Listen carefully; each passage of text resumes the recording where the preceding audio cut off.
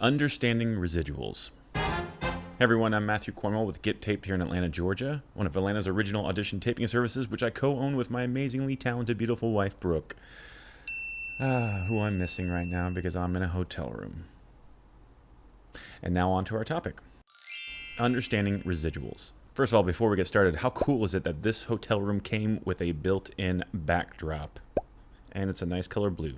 Now, as a preamble to our discussion, I want to mention that I'm going to be mainly talking about union jobs. I will have a corollary at the end about non-union jobs. That said, there are two major categories for making money in any career: active income and passive income. In the world of the TV and film industry, active income equates to your time on set, i.e. your session fee. You're getting paid for a day's work plus any penalties like overtime. But today I want to focus on the passive income stream for actors, namely residuals. Such a beautiful word. One of the ways SAG-AFTRA contracts protect the actor is in the use and reuse of our image. But the topic of residuals can get murky real quick, so I want to clear up what I know on the topic, which is not everything, to be honest.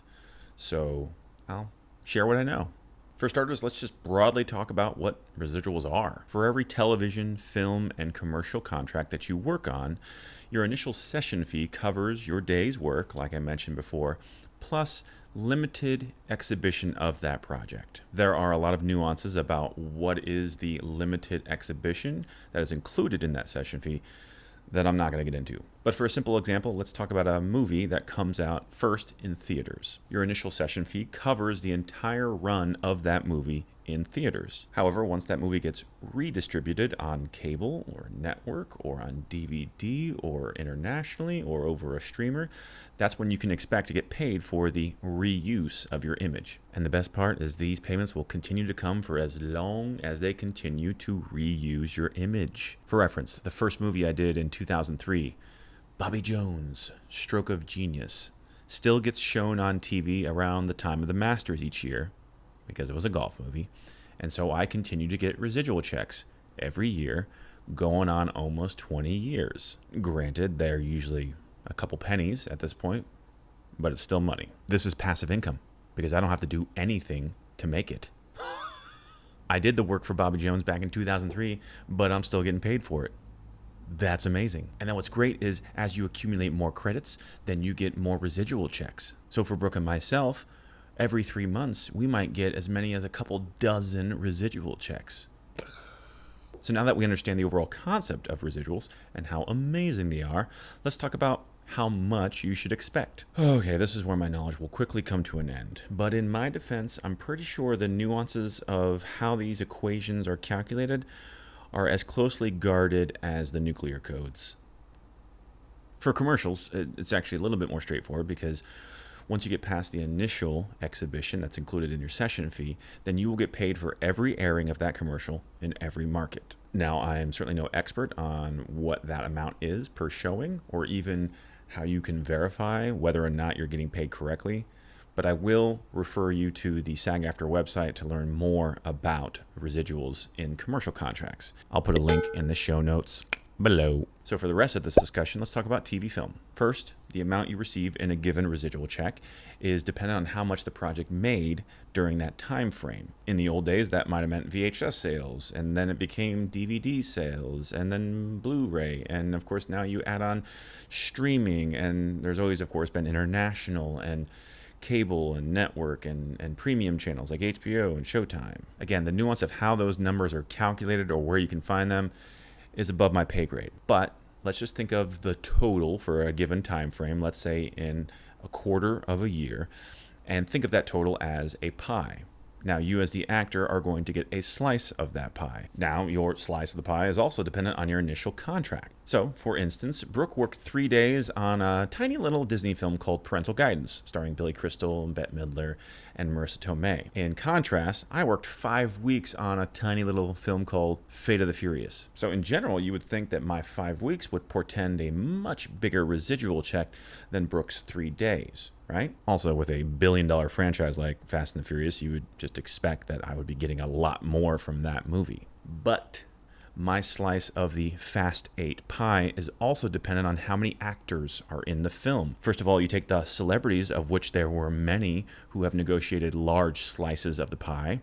That makes my slice smaller. And then add to that the fact that there were hundreds, I think, of stunt people, and they also get a slice of that pie. Now, fun fact, extras do not get residuals, so they won't factor into the slice of the pie and how much you do or do not get. Now, contrast that against Brooke's experience on Parental Guidance, where the cast was much smaller. There was only a couple celebrities, and there was almost no stunt people to speak of. So the result, Brooke's 3 days on Parental Guidance resulted in actually a much bigger slice of the pie than my 5 weeks on Fast 8. Weird, huh?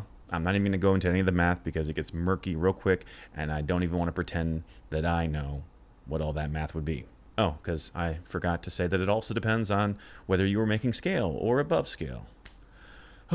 But just so that you have some ballpark figures on what to expect for your own residuals, when it comes to TV and film, if I were to take the average of all the projects I've worked on over the last 20 years, and there's now a few dozen that I can include in that 20 years, you can expect that your first residual check should be on the order of what you made for your session fee. So if you worked 1 day on a TV show at scale, and for the sake of argument, let's pretend scale is exactly $1,000, then your first residual check would be around $1,000, plus or minus several hundred. If you worked on a film for 3 weeks at a weekly scale of, let's pretend, $3,500, 3,500 times 3 is 10,500, then your first residual check might be on the order of 10,000, plus or minus several $1,000s. Now, again, this is an average based on my own personal experience over the last 2 decades, but it's not always a good predictor because in the case of my Fast and the Furious experience,